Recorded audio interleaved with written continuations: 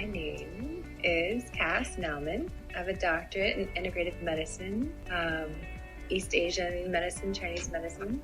My areas of expertise: I love treating end-of-life care oncology patients.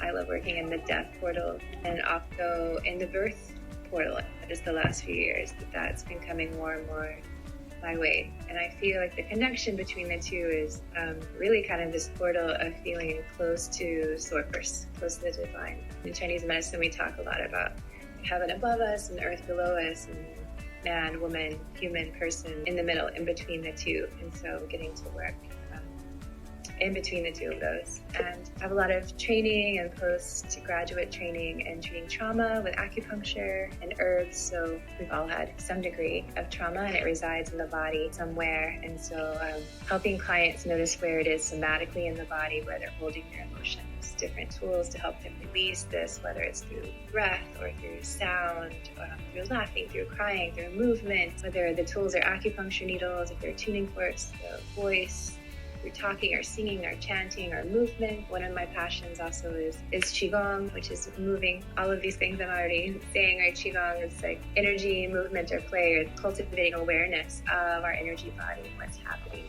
in the body, and how that relates to the mind and to the emotions, the spiritual aspect of our being. So just having conversations and helping people become more aware of all of these different interwoven aspects of their being and how they relate to each other and inform each other, and how we can use this to elevate our consciousness and move us more to our greater purpose in the world, to have the most fulfilling life possible with joy.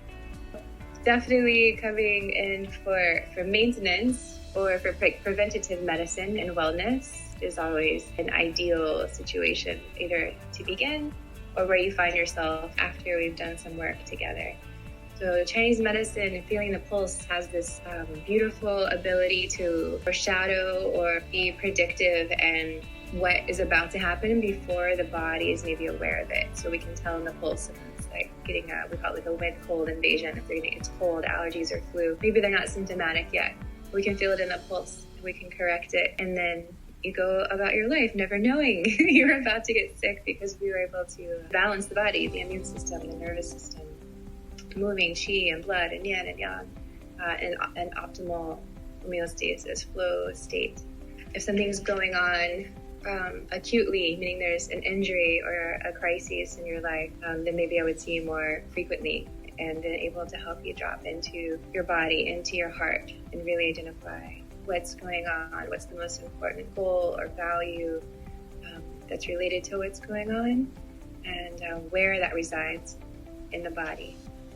And then how to move that out, move through that. One thing that I can bring to the table initially when I was brought on to Integrative Psychiatry Austin with Dr. Javed was giving an option for people to either wean off some of their pharmaceuticals with Chinese herbs for them to work synergistically together. So the parts that work more effectively, the herbs complement, and then maybe some of the side effects, the herbs would mitigate the side effects. Or what I've noticed is actually happening is I'm kind of functioning as triage a lot, and so people are coming to me first for a few weeks or a few months before seeing Dr. Javed, and so it's giving not just myself but other people in the practice integratively time to work with clients, to work on improving their sleep habits, to work on adjusting maybe herbs, supplements, food as medicine, lifestyle choices, moving the body more, identifying what the stressors are and turning the volume down on them, if not at least eliminating the stressors.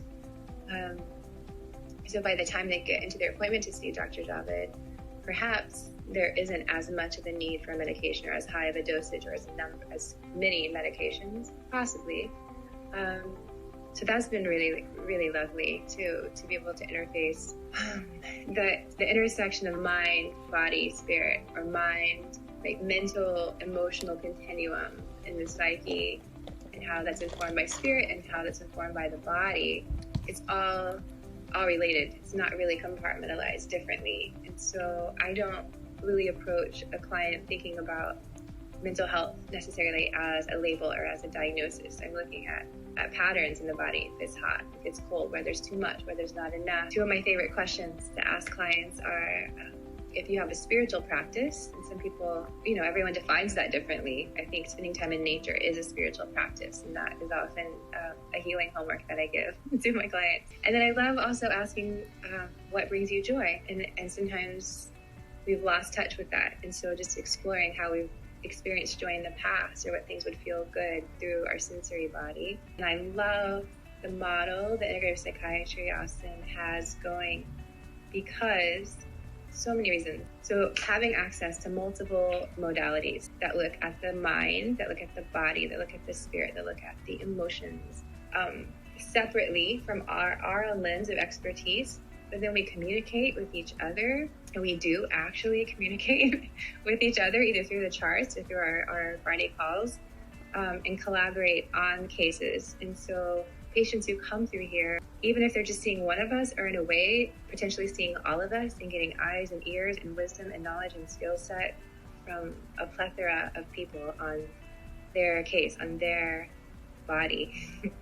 I think it's beautiful. I think it's the only way medicine should really be practiced. It's integrative, and it's holistic, and it's not, a specialist, a surgeon's going to do surgery. Like, everyone's going to only see through the lens of their expertise, but integrative truly means like looking at all the pieces and then making it holistic and treating the whole person, the whole body, the whole mind, the whole spirit, the whole person.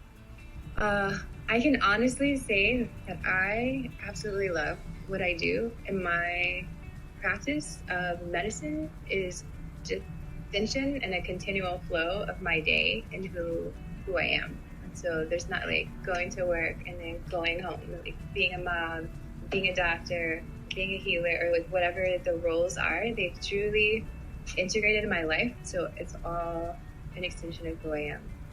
And still, after all this time, one of the things I'm most passionate about is actually Qigong. I think there's an educational component of teaching people what that is. And sometimes a lot of people have never heard of it, or even how to say it or what it means. And because there's so many styles of it, just Googling it doesn't necessarily give you an answer.